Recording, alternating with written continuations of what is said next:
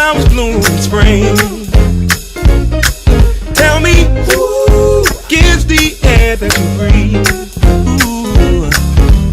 Everything that you need he will provide, so you may as well come on and give him a try. 'Cause he's awesome. Ooh, he's awesome. He's awesome. What would I do without him? Couldn't make a move without him. And I don't wanna be without him. He's awesome. Greetings, people of God, and welcome to ZMR Ministries. I'm Pastor Z, and thank you for joining me for another episode of What's the Issue Wednesday. Now, tonight's topic, y'all, I'm so excited to dive into this. It's so interesting to me and very much needed conversation. It's called First Lady, First Identity. And I have someone here who knows all about not just being a first lady, but being a woman and having her own identity without the need to, lose herself in the ministry. Please help me welcome my dear friend, Prophetess Brittney Harper. Thank you. Thank you for joining me, Brittney. Y'all, I just love my girl. Yes, I love you too. I really do. Now, Brittney, I'm so ready for this conversation because I know it's going to be good. Now, when you think of first lady, first identity, you're a woman, you're a wife, you're a mother, she's in the ministry, she's a prophetess. How do you identify with each of those roles individually? Well, honestly, for me, I feel like all of them are one. Right. I feel like that's important as far as when you're approaching it. Approaching it as if they're all one. There shouldn't be, okay, you're a certain way or a certain person at home, and then you're another person in front of your congregation or the people who look up to you or the people who are following you. So I'm a firm believer that me as a woman, I'm a wife, I'm a mother, I'm a first lady, I'm a daughter, I'm a sister, I'm a friend. All of these things they embody me, and all of them, that's who I am. So that's my approach when I think about it. But of course, it's important that as a woman you do know kind of Look, go on and say it, even if it hurts your feelings. It's bottom line, I just feel like it's important that we know our place and we know our role, because sometimes hearing that is a little negative, right? Yeah. And I knew where she was going. That's why I was like, go on and say it and hurt their feelings. But I love how you said knowing your role. Yeah. Because I think it's a little more received when you say that instead of saying know your place. Because a lot of people take that, especially us women, we take it personal, and then it's not just because we're trying to put our stamp on something, but a lot of times it's coming from the spirit of chauvinism. Right. And that's why I was careful in saying that, because I didn't want it to come out the wrong way. No, I get it. But it's important because when you know your role, you don't feel the need to compete. Right. You don't feel the need to cry out for attention. When you know your role, you're confident in who you are. You're confident in your identity, which is who you are first, versus you trying to find who you are in the role itself. When you know yourself, when you know your identity, you know your role. Right. And not only that, you don't find yourself trying to prove who you are. Yes.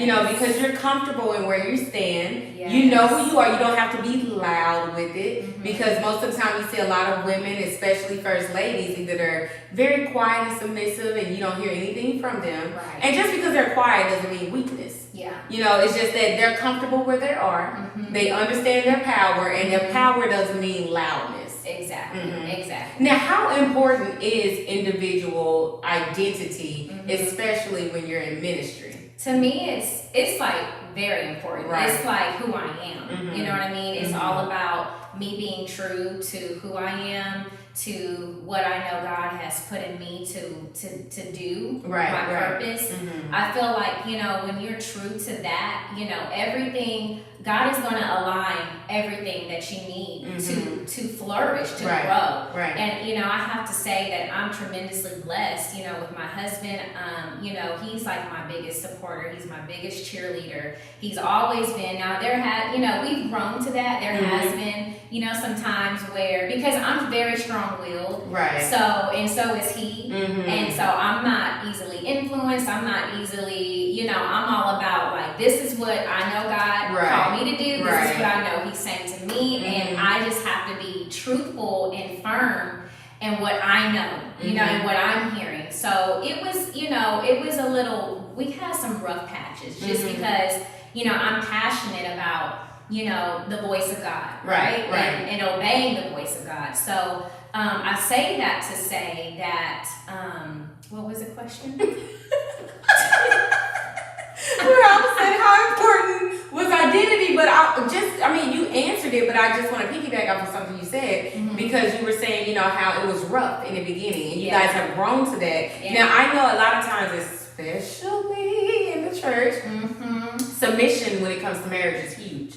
Yeah. And so I think a lot of women mistaken submission with just, you know, going along with the flow, whatever he says, you know, don't argue back, don't give your opinion, don't stand your ground, your passion doesn't matter. So how did you decipher, you know, what submission, you know, between submission and passion? Because, you know, it's like, ooh, that's a fine line. For me, it was just a process of maturing. Does that make sense? Yeah, you know, I got married when I was young. You know, it was when I met my husband, I was just 20, and he's 10 years older. You know what I mean? So generational gap. Yeah. So you know, it was a struggle, but it was just a matter of me maturing and becoming just more confident, you know, in myself and staying true to, you know, me and my gifts. I mean, before I met my husband, you know, I was already, you know, I had a hunger for God. I had a passion for God. I was already serving. Right. And, you know, I didn't come from a church background. So my relationship with God, it was legit. It was authentic. It wasn't based upon like, you know, somebody grooming me or teaching me. It came out of pure hunger. So for me, mine was just like, look, this is what I know. And this is who I am. And this is what God showed me. Because God had given me a vision before I met my husband. That the vision was, and he spoke to me. I saw a vision of me and standing in a pulpit. And I remember my hair was long and curly with purple jacket on. And he spoke the words. He said, you're going to pastor alongside of your husband. And, you know, I was 19 when he gave me that vision. And so now that I'm 32, you know, I always revert back and think about that vision. And the wording was so key. He said, you're going to pastor alongside of your husband. He didn't say with your husband or anything, because, you know, wording can be very... It matters. It does matter. And so all those words alongside your husband always stuck out to me. So, you know, for me, you know, I was just very, very just passionate and you got to stick to, you know, what God speaks to you. And if you can, you know, as a first lady and, you know, being in that role, you know, it can become very, very easy, number one, to get comfortable, to take the back seat, you know what I mean? It's you can lose your identity, you can lose yourself, you can lose your purpose and the things that God has called you to do. And I'm not saying that I didn't have moments where I did have some seasons where I felt like, okay, I'm not doing anything. And I'm just kind of like riding, you know, going with emotions. But you know, God would always bring back to my remembrance, like my purpose, you know, the vision that I showed you, you know, the things that I've called you to do. At the age of 19, he gave me a girls ministry, and I had an LLC. So I already kind of had things at a very young age, working and already created before I met my husband. And again, I'm just thankful that when I met my husband, he was very, very he was adamant about pushing me, about, you know, encouraging me to do what it is that I was called to do. So even with the generational gap, he didn't feel the need to try to mold you into what he wanted you to be? If he did, he never verbalized it. He said he didn't let me know.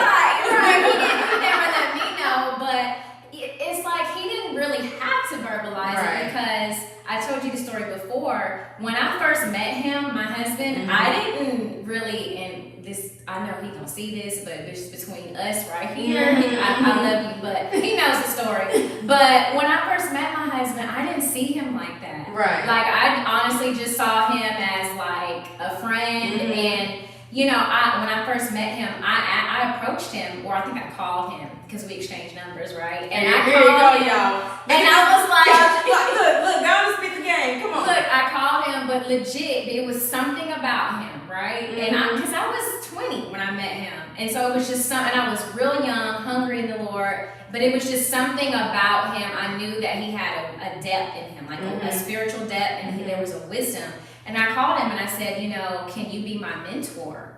And so come on and spit that game. Y'all better write that line so down. that's how it started. That's how it started. It started off with him being my mentor. Right, so it right. wasn't like he had to groom me to be anything or force me to be something that I'm not or that I wasn't, because it was because of how the relationship started. Right. I always started as like I gleaned from him, I learned from him. And even as I grew in ministry and started, branching off, and really I could say he kicked me, he pushed me out the nest to do my own and to step out into my own.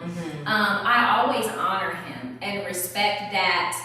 I reverence, that role that he played in my life then and even now. Just with, he's such a wise man, and I learn from him. I really, really do. And so I really think it's important that, as you are keeping your identity as a woman, as a wife, as a first lady, that you do honor, your spouse, and vice versa, because that, it keeps, everything in the relationship open, it keeps it transparent, and it keeps each other engaged and involved. And your spouse wants to feel recognized and a part and acknowledged, and you know what I mean, in what you're doing. So, but for me, for us, that was never really an issue, like him having to like groom me or mold me into something. Now there was some, instances where, because, we all grow. So there was some instances where he had to like kind of tell me, okay, no, we gonna do it this way. Me being me, I'm young and hot-headed, I'm zealous for the Lord. I got my own opinions, but again, we learn, we mature, and I just think it's all about maturity. Being able to receive, wisdom, being able to even receive critical, what's the word? Constructive. Thank you. Criticism. It's all about maturity. And you know what? I love that you said that, because especially being so young when you got married, you're just now learning how to become a woman. Yeah. And so here it is, I'm a wife now. I'm learning how to be a woman. I have the zeal for the Lord, so I'm learning how to be a woman of God. Yes. Then you get married, you have a child, and it's like now I'm learning how to be a mother. And in your 20s, you're trying to juggle a lot of stuff at one time that a lot of us, it's like, don't get yet.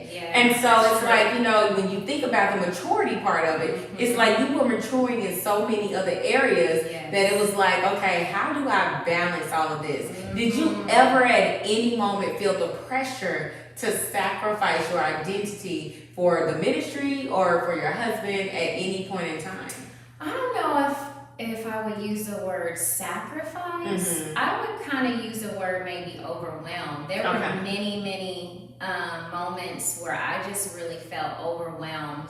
Like, am I doing enough here? Am I doing enough there? Am I devoting enough time into my son? We're running a full-time ministry, teaching, training, preaching every Sunday, and we in church, we have different church services, so I found myself questioning myself a lot, saying, am I devoting enough time to each one of these different aspects and dynamics of my life? I don't feel like I ever, well, I guess you can say sacrifice, huh? Okay. See, look. Just a little. Yeah. Okay, you're right. Just a little. You're right. So I guess so, I did feel where I was kind of giving in more, you know what I mean, leaning in more as far as this part of my life versus, and not, giving enough time, attention, or focus to this, other part of my life. And you know what? It happens in whatever role you're playing, not just as first lady. In any role that you take on, there's going to be a level of sacrifice, right? Yeah. And so, with that understood, sometimes as a first lady, you feel pressured to sacrifice. Of course, you have your own identity, and a lot of your wants and desires, you have to sacrifice, whether it's temporarily, whether it's for the sake of the entire vision, saying, okay, does this... See, Look, you're just pulling stuff out. You really are. You're really pulling stuff out. I'm just, it's just some things that I know. Because you forget stuff. Uh-huh. You know, when you go through stuff and then you come out of it and you kind of forget. Now you touching on something. Okay, well let's hear about it. What I touched. Trust. You're right. We have women. I think we do. We sacrifice a lot. We sacrifice a lot, and especially when you're serving in ministry and you're serving God and you're doing it with your spouse and you're building God's kingdom. And yeah, you do. You sacrifice a lot of money, a lot of time, desire. When you said desire, that hit me. That hit me. Like, honestly, I can say by the grace of God, I'm 32. And I met my husband at 20, and before we got married, because we got married 3 years later when I was 23. Before we got married, we were already serving together. Right. We had launched a prayer ministry together, and so we legit, when we came together, we just hit the ground running. Right. Because we kind of already knew, well, yeah, this is it. So we just said, we just want to obey God. So, right. But when I think about all of that, and I can honestly say it's been about, maybe 12 years now? I can honestly say that we have reached a point to where I'm seeing like all of the sacrifice that I made and we made 12 years ago. I'm seeing the fruit of it. I was going to say the seed. Yes. And it's all about perspective, right? Yes. Because when we think about sacrifice, it's always, of course, human nature to think selfishly. Like, this is what I have to give up. Instead of looking at it, this is what I'm planting. Yeah. And so, like, and I didn't look at it back then as planning. Of course. You know, in my 20s, I didn't look at things as planting. I was just like, it's not fair. I have to give this up. And but when you really go back and look in retrospect, you said now I'm looking at the fruit. So during that time of, whether you sacrifice relentlessly or not, you're starting to see the fruits of what you're saying. Okay, I'm going to sow this right now, or I'm going to sacrifice this right now for the better good in the end, in the process. But what I do want to say is, because as a woman, as a mother, as a wife, as a first lady, you do have your own identity. However, since you were so young, was there ever a time that you had a vision or an image of what a first lady looked like, and did you feel like you had to become that image?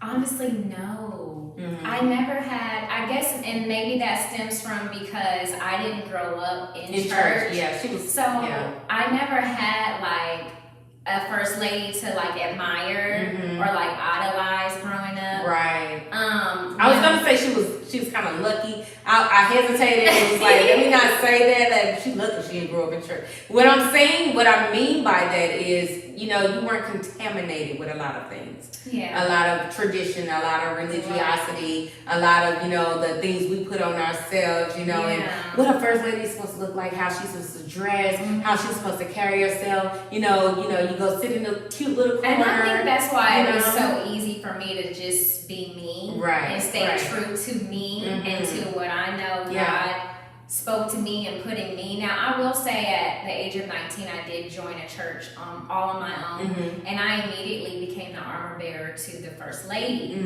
But even then, I was still like dancing and walking to the beat of my own drum. She's a wonderful woman, and I remember she spoke to me. She said, I guarantee, because she said she used to armor bearer for her first lady, and she said, I guarantee you watch. She was like, you will be a first lady.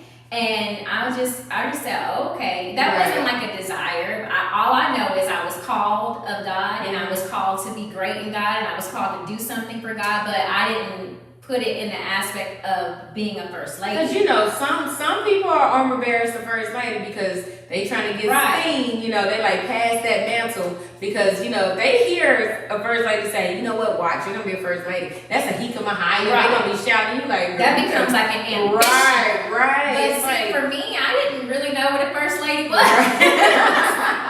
So I was just like, oh, okay. But I just what was the question? Look, first lady brain.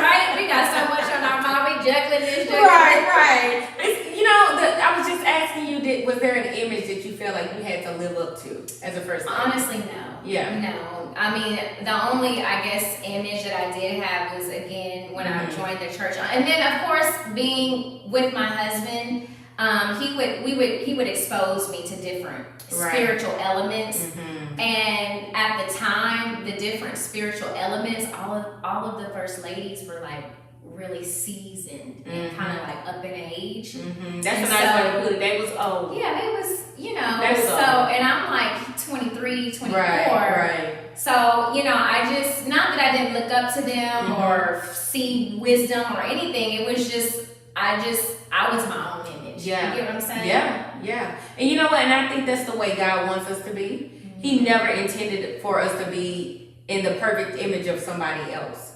Yeah. It's in His image. Exactly. In His likeness. Yes. How He created us to be. And sometimes we adopt the image of other people with this idolization. Yes. I'm not going to get into that, but it's just like, that's what you do. You begin idolizing, these people who you're looking up to become more like them instead of more like Him. Yes. Yeah. Exactly. And that's where we get in trouble. Oh yeah. And it happens. I remember I was sharing with her maybe a couple of weeks ago where I saw this young lady. She was young, and I mean, she had on the suit, and it was just, she looked like it was about to swallow her whole. And I looked at her and I said, why are you dressed like this?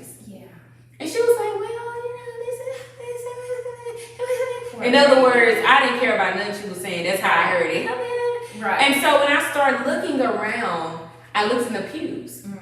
And I was like, this is what they're mimicking because it's what they see. Yeah. And so it's like, in doing so, you have to be careful what you're emulating because your pews will repeat that, right? So it's like your pews are a mirror to the pulpit. Right. So how does that relate personally to your life? Because there are some people in ministry, we've seen it and we've heard it, where the children are like, man, my parents are somebody totally different in the home than when they get to church. Who you see at church, I don't even know that person in the house, and it's like they grow with resentment. They, how they talk about PKs and things like that. The first lady may have a sweet spirit at church and mean spirited at home. So how do you manage just staying consistent across the board in every role?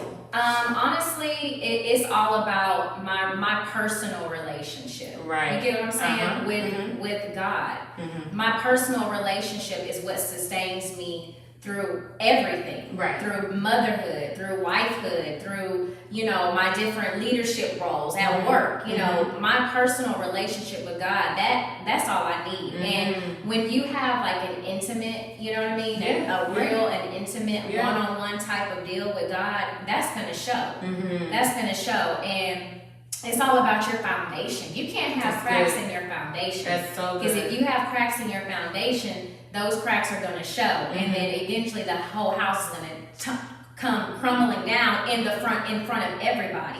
And so I'm a big firm believer, and my husband knows that. Like, your first ministry is at home. Listen, me and your son. We are on the same page, because I was about to interject and say that, but as soon as I was going to say, so you're a firm believer, that's what was running through my head, and then you said, I'm a firm believer. I was like, that's it, girl. Yes, and it matters. It matters because people tend to forget that their first ministry is at home. Yeah. Because the duty of the ministry, which is the church, the building, becomes a priority while you're losing at home. Have you ever experienced that? I was going to say that. There was, early on, when we first started, not so much the prayer ministry, but when we moved, we just had our son. He was maybe like 1, and then we launched the church.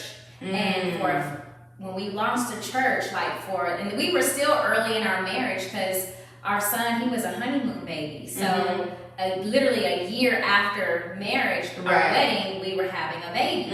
And so we had been married like 2 years, or a year, I guess, or 2 years, because our son was 1, and launching the church. So everything was extremely new. And so, we legit invested more time, more energy, more money, more focus in building God's people, building God's house, thinking like, this is the way. And we were neglecting and forgetting our home, our marriage, our finances, like everything. And it had got to the point to where you know, I had a breakdown, and I put my foot down. I did. I was like, look, we can't keep going on like this. Like, we need to fix our home. We need to get our house in order. We need whatever we need to do. We need to fix, because it was bad. Like, things like the brokenness at home was starting to show. Over into the church. Yes, Yeah. and it was bad. It was really bad, but we were committed to the process.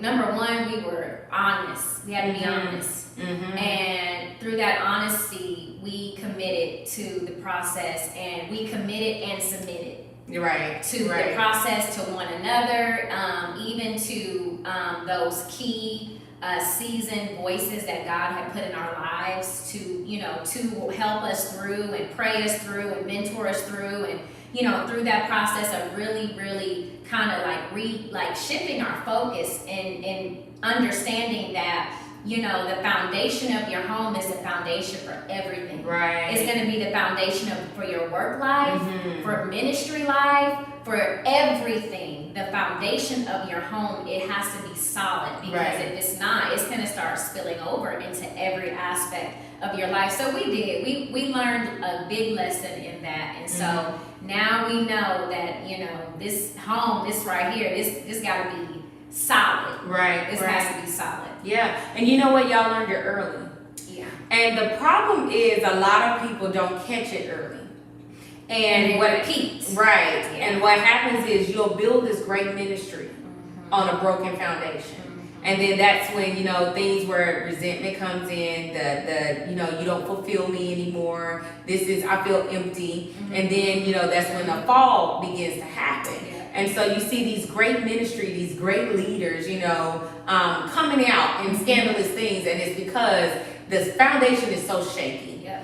And I admire that you took the time to say, let's get this right now. I didn't go along with it. Because that's what happens. Yeah. A lot of first ladies do just go along to get along. How do you sustain your strength in that? Really, I would have to say, again, just my relationship with God and just my core values. I value family because, I didn't come from ideal picture perfect family. I grew up never knowing who my father was. My mom, I was raised partially by my grandmother. She was alcoholic, so I had early on like an abusive environment, upbringing. So I really came from like a broken, shattered background and foundation. So for me, that was like just very, very, that was like important. That was over everything. That I want different for my life. I want different for my son. And whatever we gotta do, we gonna do it. Like, you gonna do it, and I'm gonna do it, and I don't care. It's a group effort. It is. I was to the point to where I was like, I will tell every secret because I don't care. It was to that. Not that we had like any right. But meaning like we not covering nothing, we not hiding nothing. Like we bringing everything to the table when it comes to finances, sex, intimacy, all of it. We bringing it all to the table because I refuse. I can't live in a broken home and then present to the world, a broken image. Right, a smiling face, and we all on Facebook, and we chilling, and but at home it's cold and it's bit. No. She said, no. No, we're not going to do that. Don't let this little cute petiteness fool y'all. Yeah. She a whole firecracker. That's why I love her. Because we couldn't be friends. Y'all know I'm a little crazy. So whoever connected to me gotta have just a little smidgen, right? Yeah.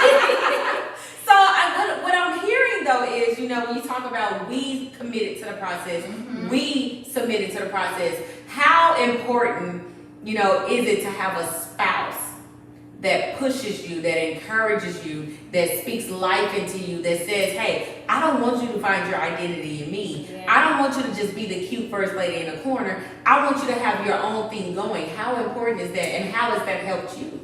That's everything. Like, I gotta be honest, like, I wouldn't be where I am, not just saying I'm just like, whoa, up here, but just like where I am as just like a total person, woman. And I wouldn't be where I am if my husband did not support, if he did not push me, if he did not, you know what I mean? And when I mean by support, not just with his mouth, but I mean showing up. Like if I have an event or if I have anything, like he's there. He is, y'all. Look, I gotta say something. I know y'all probably like, Pastor Z, let her talk. But I'm telling you, when you have your friends on here, it's just like, oh, I want to say something. But I watch that because it's like whatever Richard has, you're there. And it's kind of expected to be that way. You know, when the man has something, it's like, I'm supportive, I'm right there. Right. But I don't care what Brittney has. If it's midnight prayer, if it's just prayer, he's on them flyers. He really is. He's on there praying when it's late at night. You know, he prophesying, he doing everything. Bishop shows up. He is. And he's so very involved. He is. And what I love about it is y'all respect each other, right? It's not like he comes on her thing and he's like, well, I'm the bishop, so you just be quiet. When I come on the line, you know, you don't he exist. Comes in clothed in humility. And I was gonna say they're submitted to each other. Yeah. And he allows me, I'm running the show, and he allows me to bring him right. And it's vice versa. So that really it's been life changing. Yeah. Because I do see and hear of others who do not have that. So true. Yeah, who do not have that. And it's so disheartening because I talk to a lot of first ladies, right? And which is so weird, you know, they're always trying to throw that on me, baby. I don't need that. But because we're such good friends, you know, and I hear the ones who are suffering in silence. They are wearing the smiles when they're not happy, and it's just like, oh, well, I have to do this because, you know, he has this to do, and we have to do this for the kids, and this is for the ministry, and they're lost. They have completely lost themselves, and it's not just in clothing, because they groom themselves, they adorn themselves, and they look beautiful. You think, oh, they're so vibrant, they're so lively, and it's like, that's not, no, behind it, they're screaming, you know, and they're wanting to get out, and it's so unfortunate because it's not just first ladies. It's a lot of women who are in ministry, period. And so it's like, you know, I talk to so many other women who are in marriages where they feel like they can't be all of who they are. And if they try, they don't have the support from their spouses. Not the mental, not the spiritual, you know, not the emotional. They don't show up. And it hurts them to the point where they say, you know what, I don't want to argue, so I'm just not going to do it. And it's just like, and I watch this brokenness, you know, and I'm like, you know me, I'm the one that I'm going to push you, literally push you out of your comfort zone. So I'm always the one that's just like, girl, get up, go and do this. And then they're like, Zanya, it's a lie, you know, I got to consider my husband and this, that, and the other. And I'm just like, okay, I ain't married. Let me say that, number one. However, I'm like, you know, you shouldn't be in prison. Yeah. I'm like, God gave you a purpose. Yeah. And the more that you sit on it and don't do what the Lord is telling you to do, you're worried about being obedient to your husband. Right. You're lacking in obedience to God. Right. So what can you say to women who are watching? Because they're like, you know what, Brittney, I love what you're saying and the connection that you have with your spouse. That's what I dream of. That's what I desire. But I don't have that, you know. And you're such a strong person naturally. So it's not like, I know you said it's the Lord that keeps me and it's the Lord that teaches me and he shows me this, that, and the other, and that's why it's so easy to balance. Yeah. But there are some women who are not naturally strong. Yeah. What would you say to help them, you know, kind of gain the reins in themselves first? Right. Now I can say I'm not always strong, and so in those, because I've been there, I really have. I've been there, and so in those moments, you have to literally. For me, in those moments, I have to remember myself because I can't be a supportive wife. I can't be a doting mother if I'm not investing in me. Right. First. Yeah. Yes. And so I would say in that moment, you just have to, it's okay to be a little selfish in that moment and say, you know what? I need to gather me right now. Right. I need to focus on me. I need whatever you need to do. If that means you need to do a little getaway or you need to take, for me, whenever I get in those moments for me, I have to position myself in the presence of God. And I have to find myself in prayer. I'm talking about deep prayer, because it's only God for me, and I'm in general. Let me direct it in general. It's only God who can begin to fill those voids and those holes. Right. You know what I mean, in your heart, whether if it was put there by your spouse or whoever. It's only God who can mend and heal. Because there were moments where I kind of did resent my husband because we don't always agree. I remember there was a couple of years ago, I got an invitation to minister in Africa, in Nigeria, and he straight up told me, he was like, "You're not ready." And of course, I'm thinking in my mind that I am, you know? Right. And he was like, he was like, "No, he was like, I'm not in agreement, you're not ready." And so me being me, just in my moment, I'm like, well, he probably saying that because he didn't get the invitation. Yes. But I had to really, and now I wasn't ready. When I look at myself now, and I compare my number one, I compare my prayer life. I compare my ability to hear God, and not just hear God, but be submitted to the voice of God. Because it's one thing to hear God, but it's another thing to be submitted to the voice of God. Because when you submit it to a voice, you're going to carry out that voice of instruction. Right. And so, when I look at just basic foundational things, I'm much more stronger, I'm much more mature, and I'm much more ready, you know what I mean, to execute. And so I'm glad my husband was, just straight up with me and said, no, you're not ready. Right. And, in that moment I didn't understand, now I do. And I'm glad, because if I would have went, trust me, that trip, it would have ate me alive. It really would. It would have ate me alive. And so, even in that moment, instead of retaliating or getting upset or getting angry or blowing up or tearing the house up or calling, a million friends, girl, can you believe? Right. No, I took it into a place of prayer, and I really had to get to a point where I was like, you know what? Let me do some soul digging. Let me do a self-interrogation. Let me dig. Let me check myself. Let me check my heart.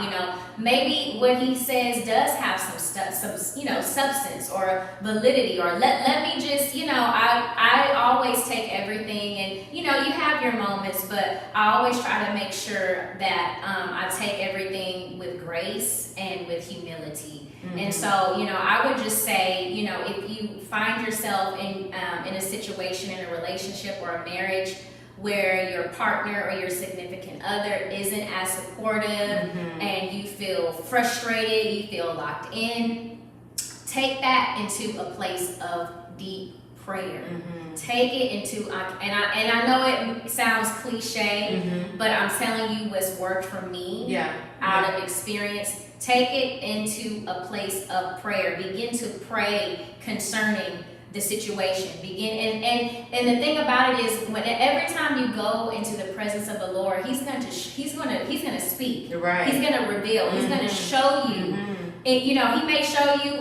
You might need to be targeting in your prayers. You might need to be coming against the spirit of competition, the spirit of division, the spirit of strife, because it could be coming from a deeper place, in the man or in the marriage, a place of unfulfillment, a place of whatever, frustration or an insecurity. And so you have to be in the right mindset in order for God to reveal that to you. And have the right heart posture. Yes. So I would say definitely just take everything in the place of prayer, and your marriage is worth fighting for, regardless of what's going on. Strife, competition, he's controlling, he's trying to hold you back, whatever. It's worth fighting for. Yeah. It's worth taking that situation, going into a place of prayer and praying concerning it, and allowing the Holy, and this is my thing. Every challenge, every situation where I felt like that, I grew because of it. Right.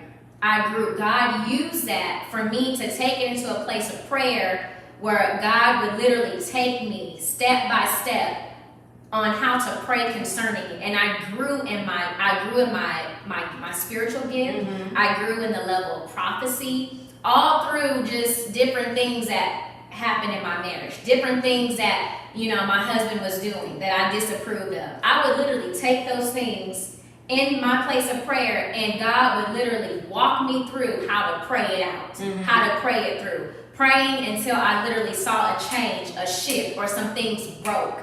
And I'm telling you, you have to be, and that takes consistency. Yeah, it does. That takes consistency, but it's all about the intent of the heart.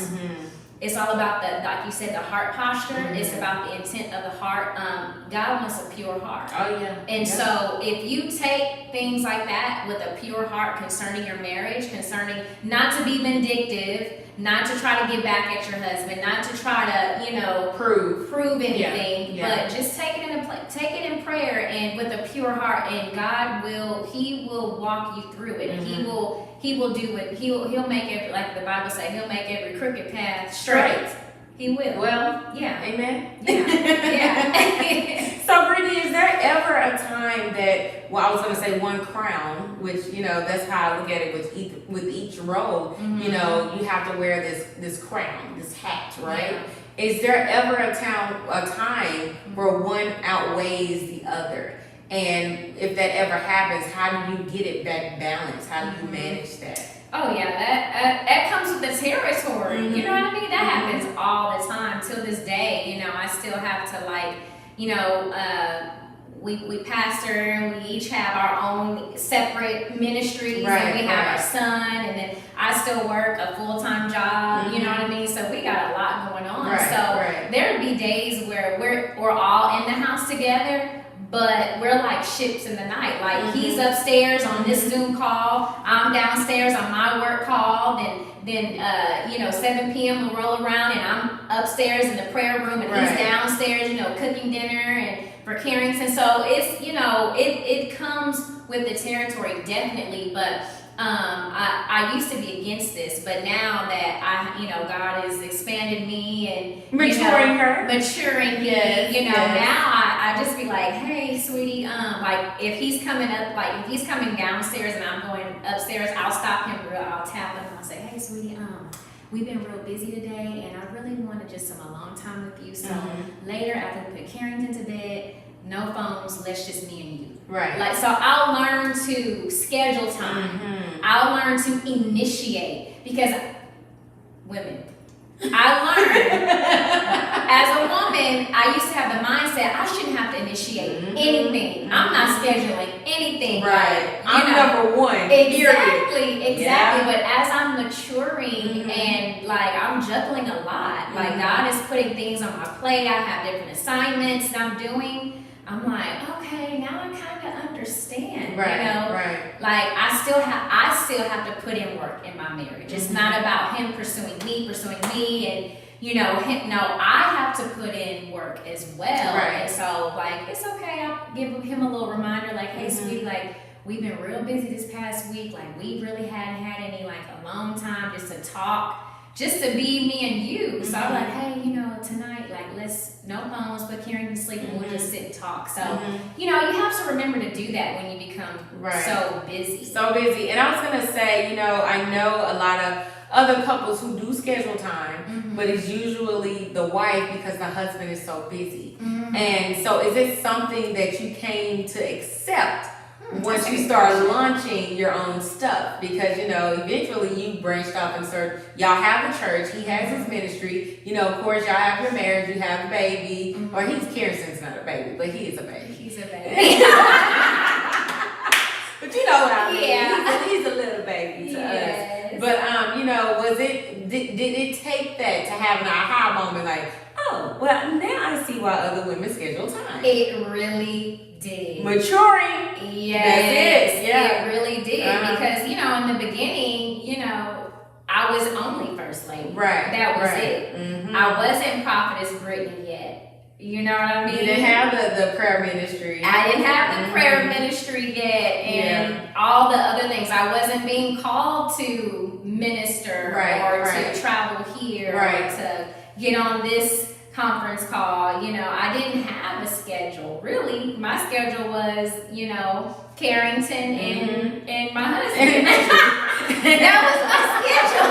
Other than my work schedule. Right. But, you know, now that I have an extra schedule, you know, so I understand. Right. And it's funny because early in my marriage, he told me that. Like, he was like, well, you know, I talked to all of my guy mentors, and they say that this is normal. You know, you have to schedule time with your wife. And at the time, I was like, no, that is not. I don't care what they say. And he was like, I was early 20s. I was just like hot-headed and just had it all made, figured out in my mind.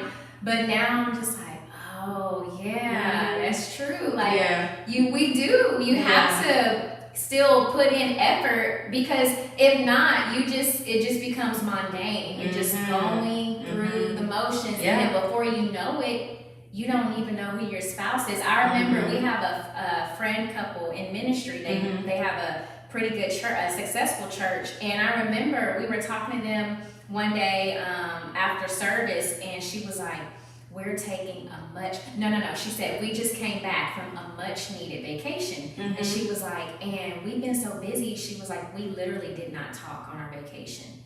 She said, she was like, he was on his laptop, I was on my phone. She said, because we've been so busy that we literally, like, not that they don't connect anymore, but they don't know like what to say, because they've not had that time. That connection. And so, it's important that you keep that connection. Right. And if that means you need to schedule a kiss, I'm kind of being a little petty, but But some people may need to. Yeah, you might have to schedule sex in your marriage. You might have to schedule, a dinner date, a lunch date. I mean, you might have to do that. And we always get and Richard and I, we're very good about knowing, okay, when we need to just get away, because we got Carrington, the ministry, and we're feeling like the weight of us not being able to connect. So you gotta catch it when you know it's happening. Don't let it, carry on and you just keep sweeping it under the rug and not attending to your marriage. Catch it early on. And yeah, I know y'all probably like, they just stare at each other when they talking. We legit be talking like that. Off camera, like when she talking, if we ain't on camera. And I'm staring. We literally we are so engaged, y'all. Like, y'all corny. But that's how we talk for real. That's like real talk. But I want to ask, because I know there are a lot of women out here who are first ladies, and they didn't know what to expect. They're much like you. Some of them had this image because we grew up in church, and then some of them didn't know what to expect. They were kind of thrown in it like, I didn't want this. I didn't want to be a part of this. You go do ministry. I'm just going to do me. How did being a first or becoming a first lady change you? Wow. It's honestly, it's changed me. I would say, in a nutshell, it's really changed me for the good, because it's really helped me to mature on so many different levels. Like, it's helped me to grow up. Yeah. Because you have to grow up. Yeah. You have to grow up. You have to. Yeah, you can't. I mean, it forced me to deal with a lot of my own self-insecurities. Like what? Because that's like good. Just really, for me, and I think for a lot of women who grow up without a father, you know what I mean? And I didn't even know, all I knew was his name. I didn't even I didn't know what his face looked like. I didn't know anything. And I just met him. So I grew up thinking that I was one ethnicity, but when I finally met him, I found out his true ethnicity. So I'm just like, dang, I legit had nothing. So, that creates a lot of insecurities in a woman. And, that affects the way that you relate to people. It affects your ability to maintain friendships and relationships. Like, it just affects you all around. And I was broken. I had a lot of healing. I had a lot of maturing that I needed to do. And so, you know, being a first lady, it forced me to do it. Like, it did, because you can't minister to women, let alone people. Right. You know, when you are broken and you're bitter and you're all, you know, crazy and you bipolar because you got daddy issues, and you know, it forced me to really mature. It forced me. I'm just gonna say it like this. It forced me to get delivered. Yeah. It forced me to get delivered. Yeah. It did. Yeah. From my foundation, from my upbringing, from the brokenness. Stripping away. Yes. And you know what? I tell people all the time, you know, with every level, there's a new healing. There's a new maturity. But there's also a new stripping away. And that stripping away it requires learning and unlearning. Yes. And that's you know, it's layers that you can't even get to until you start maturing on other levels. Yeah. And so a lot of times you don't even know those layers exist until you get on those next levels, and then the wind starts blowing and you're like, okay, wait a minute. what is that? And then you begin to peel. Yeah. You get what I'm saying? A peeling away starts happening, and then under there you see, oh, there's new skin. And so that peeling may be tedious. It may sometimes be painful. Sometimes it's a little itchy. You know, for people who have peeling skin, that's what I'm talking about. But it's like once you get into different atmospheres, different environments, you know, you're operating under different elements, then it requires, you know, you have to change. Right. Or else you're gonna die out. You're gonna die out there. You're not. You may make it there. Exactly. And so I think that's so great that you said that, because a lot of women, you know, they're silent and they don't want to talk about, you know, I have to be delivered, because they're in these positions and they're supposed to already be delivered before they get there. Yeah. Quote unquote.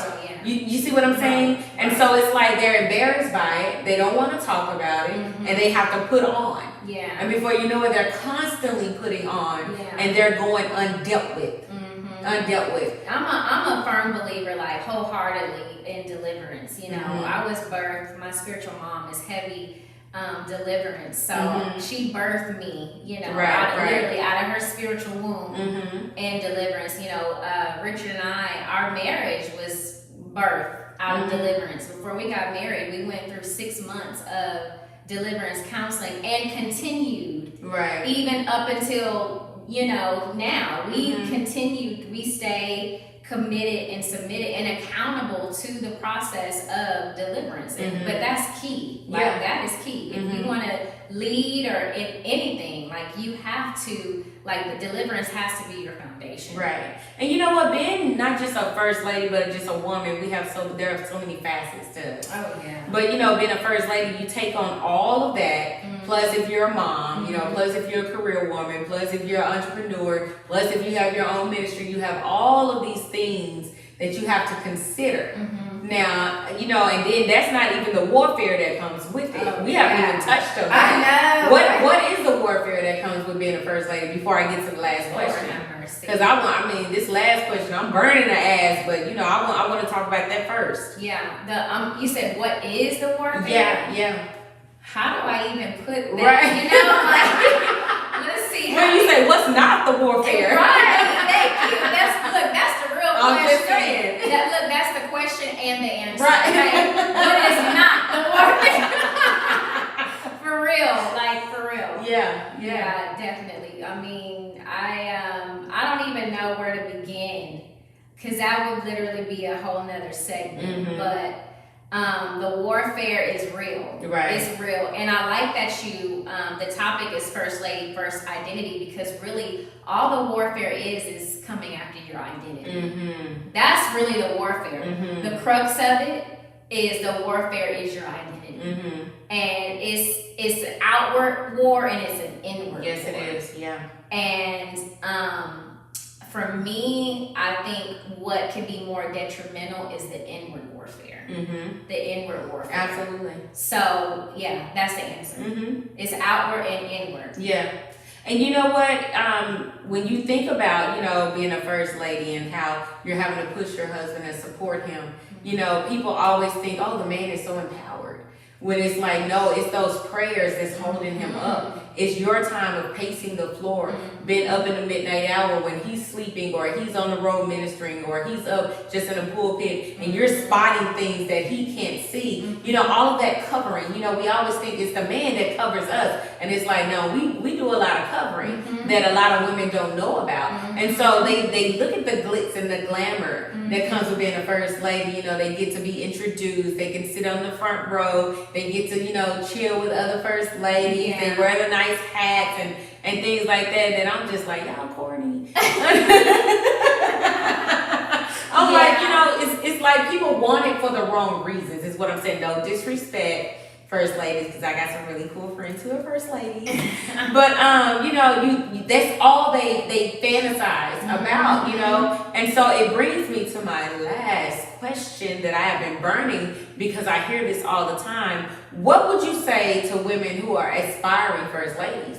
Because you hear, listen, y'all, I have heard it where they're just like, I'm gonna be a first lady. God called me to be a first lady. I'm like, are you sure? Because you can't even handle the warfare in your own life.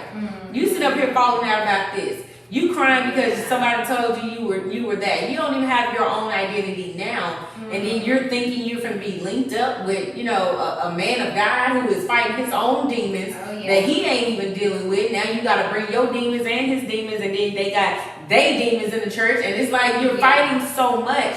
You're not strong enough. So what would you say to those women and young ladies who are watching and they're just like, oh, they see the glamorized, you know, image of being a first lady, but they don't know what it all entails? What would you say to them who are aspiring? I would say don't aspire the role. Don't aspire it. Just don't. Just don't, because it is fantasy. What's presented is only a glimpse. What you see is only like an hour of someone's actual life. Like, please don't aspire to be. Don't aspire the role. Now, I'm not saying, you know, like how some people aspire to be a doctor or a lawyer, you know. But when they actually get in the crux of it, they have to go to school, they have to study, they have to commit the time and the money and paying for the education. You know, I'm not saying that it's a bad thing, but I would just say don't aspire the role, but aspire to be who God has called you to be.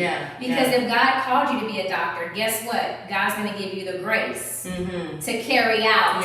You know what I mean? To carry that out. If God is and if God called you to be in a leadership role where you're leading women and just people and being in ministry and serving with your husband, God's going to give you that grace. He's going to give you the grace to carry, number one, to carry the mantle, to carry the oil, the anointing that's needed to carry everything. You know what I mean? So it's don't aspire the role. Aspire to be who God has called you to be, because whatever God has called you to be, He's going to give you the grace to do just that. And check your motives. You know, that's number one. Because I read something the other day, and it was basically, I think it was Pastor YPJ, and he wrote on his page, and he said something along the lines of, stop, you know, coveting what you think you see, because what you're aspiring or wishing you had may be junk.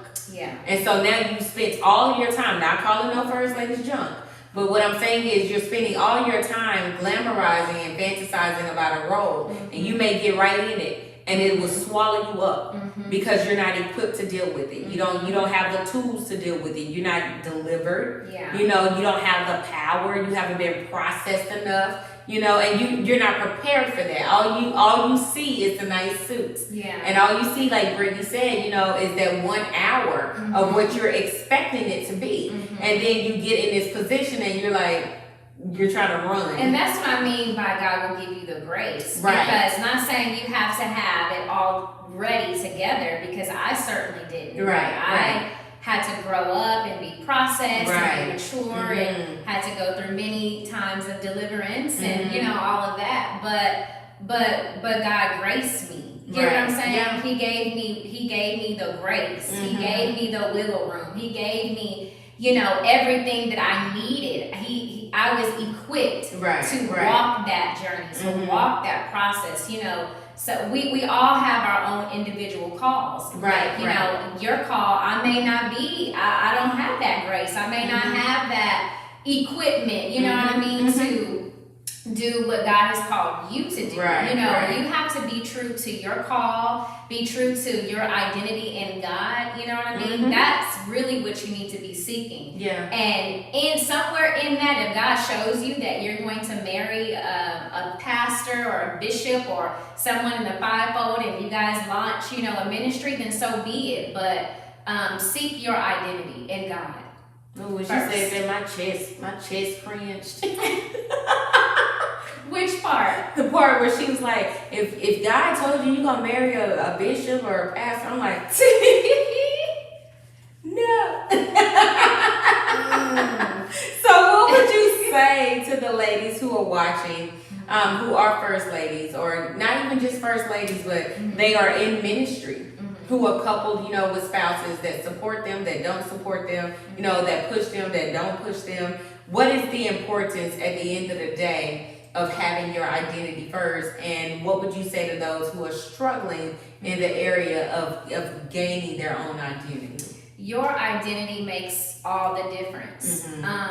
You know, if you're true to what God has put in you, if you're true to the things that God has shown you, everything else will line up. Yeah. And I know that from experience. That's my personal testimony. And I just know that from even seeing it, not just with being a first lady, just in general. If you are pursuing what God has told you to do, if you're pursuing your purpose, your visions, your dreams, everything else is gonna line up. Right. Everything that's meant for you is gonna line up. That goes all the way from, you know, your spouse, your children, your friends. You know, you might lose some people, you might lose some things. But, you know, your identity has to be that vital, that important to you. And, you know, when you're true to that, it's rewarding. It's very, very, I'm telling you, it's rewarding. Stepping into your identity, stepping into who God has called you to be comes with great rewards. You may not see it in the beginning. You know, you may not feel it. You may not even believe it. But I can definitely say that following who God has called you to be and what He's called you to do, obeying the voice of God, I'm just saying like that, obeying the voice of God reaps great reward. So obeying God's voice in your life, obeying His instructions, what He's called you to do, what He's put in you, you cannot suppress it, you cannot hide it. You have to, you really, really have to, what do I want to say? It just has to be, it has to be life or death. I think about the scripture, Esther, the story Esther, when she said, you know, if I perish, let me perish. Right. You, when it comes to your identity, like who you are, like what God has put you in this earth realm to do, and to implement and to birth out and to release, like nobody else can do that but you. Like that, you have to have that mentality, like if I perish, let me perish, but I'm gonna do what I was sent to do. Just like Jesus, you gotta be committed, like you gotta be like committed to that mission. You gotta be committed to your purpose and fulfilling your destiny. Like, who wants to live, you know what I mean, not fulfilling destiny, not fulfilling what they were put on this earth to do. And so when you are, you can't be afraid. You can't be afraid to fulfill your mandate. You can't be afraid to fulfill your call. You cannot. And you got to be willing to stand your ground, and you got to be willing to perish if that's what it takes. And you know what? And it's about praying for a spirit of boldness. And being courageous, because sometimes, you know, a lot of them are bottled up because of fear, you know, of how it will affect everything else. You know, me stepping out, and this has worked for so long with me just being in the shadows. now that I'm gonna step out, you know, how is it gonna affect my marriage? How is it gonna affect my children, my household, the ministry, you know, branching off, not saying I'm leaving this, but now I'm doing my own thing as well. You know, a lot of that can be so scary. And there's even a way to do that, just like But even tell what Esther, it's not what you do, it's how you do it. Yeah. You know, it's a way where you can still be, you know, you can, you know, step out in ministry or whatever else God has called you to do, but it's a way to do it that's still, you know, respectful, you know what I mean, in order, in alignment, still with different, you know, things that God has put in your life, if it's your husband as your covering or whatever else. Just like Esther, you know, before the king handed her the kingdom, you know, what did she do? There was like a process. So there's a way that you can do that, and God will give you the wisdom to do that in your marriage, because every marriage is different. Yeah, it is. You know, our spouses are different. So God will give you the keys. That's why I said take it in prayer, because God will give you the keys to do what you need to do and still obey Him. And even the strategy. Because even when you think about Esther, since you brought her up, when she had to go before the king, you know, she could have been killed had he not, you know, gave her the scepter and said, "Who is that?" "Oh, it's Esther." "Okay, well, come forth." So she was risking her life for what she believed in, and it's that detrimental. I think that's what the prophet is. Timing, and timing is important too, because you know, it may not be you know, time. Does that make sense? Yeah. It may not be time, and so it all plays together. Right. Like timing, you know, the boldness, you know, being obedient to God's voice, like all of that it all plays a role. Yeah. And so you just really have to be in a place of just, you know, deep submission to the Spirit of God. You got to be in a place of deep prayer, where, you know, you allow the voice of God and the Holy Spirit to really navigate you through your process. Yeah, that's so good. Thank you. First ladies, women in ministry, those of you who are married and those who are not, like myself, this is just wisdom. It's wisdom to carry with you. If you're a single mom, you know, you may not be married, but you're just raising your child and you have a ministry. If you are married and in ministry together, you know, if you're just playing the background and you know what, there is something more that God has for me. How do I come out? This woman of God has just shown you her entire process. She's giving you the keys. She's giving you the strategy. She's giving you the tools. And we know it's all found in prayer. Everything that she talks about when it comes to maturity, when it comes to deliverance, when it comes to process, when it comes to being selfish and selfless in a lot of areas, sacrifice, it was all found in prayer. So start there. If you need a first step, if you're saying, I didn't hear, what's the first step? That is the first step. Yeah. To pray. Take it to the Lord in prayer, right? Yes. Yeah. So I pray that you listen to everything that Prophetess Harper said on today, that you use it and you implement it in your life, that it becomes a healthy conversational piece for you and your spouse, for you and your partner, whatever it is, even if y'all aren't married yet, because she said that they were doing ministry together before they got married. And so it would be a great conversational piece for you guys to discuss before going into a marriage and then trying to talk about it then when, you know, the boat starts shaking a little bit, you'll have a better understanding. So I pray that whoever is watching this, whether you're a woman or even you could be a man in ministry, that you're saying, you know what, I appreciate this woman of God because now it's helping me to see I need to push my wife more. I need to encourage her more. I need to help pull the things out of her, you know, help her mature more. You know what, maybe I need to find a better way of doing this. Maybe we need to connect on another level again. Yeah. You know, maybe me scheduling some time with my wife isn't as bad. You just never know. And I pray that this pricked the area, because it's not by coincidence that you are watching this today, that it is the first step into a healthier you, into a healthier unit, into a healthier marriage, that the enemy cannot have his way and just run amok and create division and come to bring seeds of distortion and you know, just all these seeds seeds of division that the enemy tries to breathe in the home first.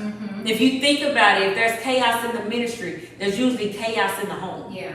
And so build that foundation and create the atmosphere that you want in your ministry at home first. Yes. But take it even further, create it in you first. Yes. In you first. Yes. And so and everything, like Brittney Harper said, will fall in line.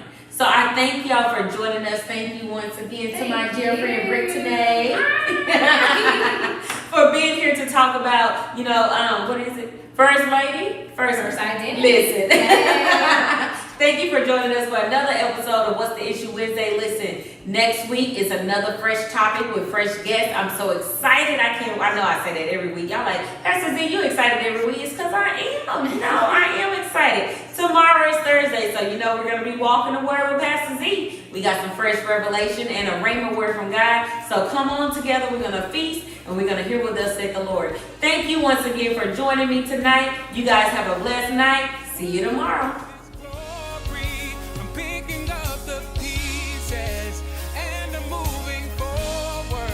Trading in my sorrow, cause my crying days are over. Today I'm moving forward, yeah. Oh, yeah. So today I'm starting over. Oh, yeah, yeah.